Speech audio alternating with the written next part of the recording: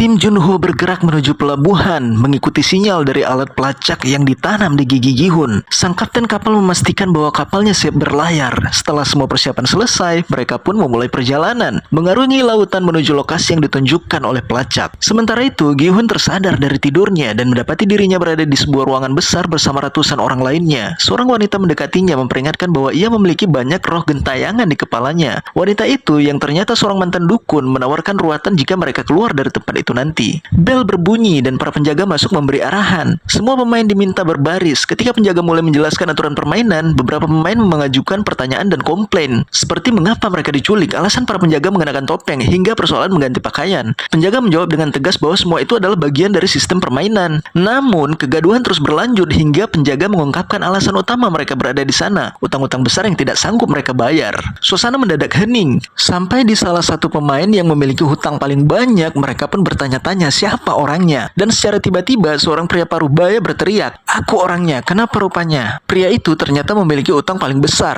Setelah itu penjaga kembali melanjutkan penjelasan tentang aturan permainan. Di sisi lain, Junho dan timnya berhasil menemukan lokasi pulau tempat permainan berlangsung melalui GPS pelacak. Sang kapten kapal segera meningkatkan kecepatan agar mereka bisa segera mencapai tujuan. Kembali ke ruangan para pemain, penjaga menjelaskan jumlah hadiah yang akan mereka terima serta hak mereka untuk keluar dari permainan melalui voting. Di tengah keramaian, seorang ibu parubaya berbicara lantang. Ternyata ia mengikuti permainan ini untuk membantu melunasi utang anaknya yang gemar berjudi. Penjaga kemudian meminta para pemain menandatangani kontrak jika ingin melanjutkan permainan. Satu persatu mereka pun menandatangani perjanjian tersebut. Di sela-sela itu terjadi keributan antara dua pemain dan seorang pria yang memiliki saluran cryptocurrency. Kedua pemain itu menuntut pria tersebut yang ternyata telah membuat mereka rugi besar. Salah satu pemain memperingatkan pria itu untuk bermain dengan baik karena ia berminat menagih kembali uangnya di luar permainan. Di atas kapal, kapten bertanya kepada Junho alasan membawa pasukan bersenjata. Junho menjelaskan bahwa mereka mendapat petunjuk dari Gi-hun yang pernah mengikuti permainan itu sebelumnya. Kapten pun terkejut mendengar hal tersebut. Kembali ke arena permainan, salah satu pemain mendekati pria tengil yang ternyata seorang rapper terkenal bernama Thanos. Beberapa pemain lainnya mencoba mengajaknya berfoto, tapi penjaga melarang mereka. Foto hanya boleh dilakukan sendiri-sendiri, tegas penjaga itu. Di sisi lain, seorang ibu dan anaknya membicarakan seorang pria yang terlihat berpenampilan seperti wanita. Tak lama seorang pria mendekati Gi-hun dan menegurnya. Ternyata ia adalah Jung-bae, teman baik Gi-hun. Gi-hun memperingatkan Jung-bae untuk tetap berada di belakangnya. Namun Jung-bae heran dengan maksud peringatan tersebut. Permainan pertama akhirnya dimulai.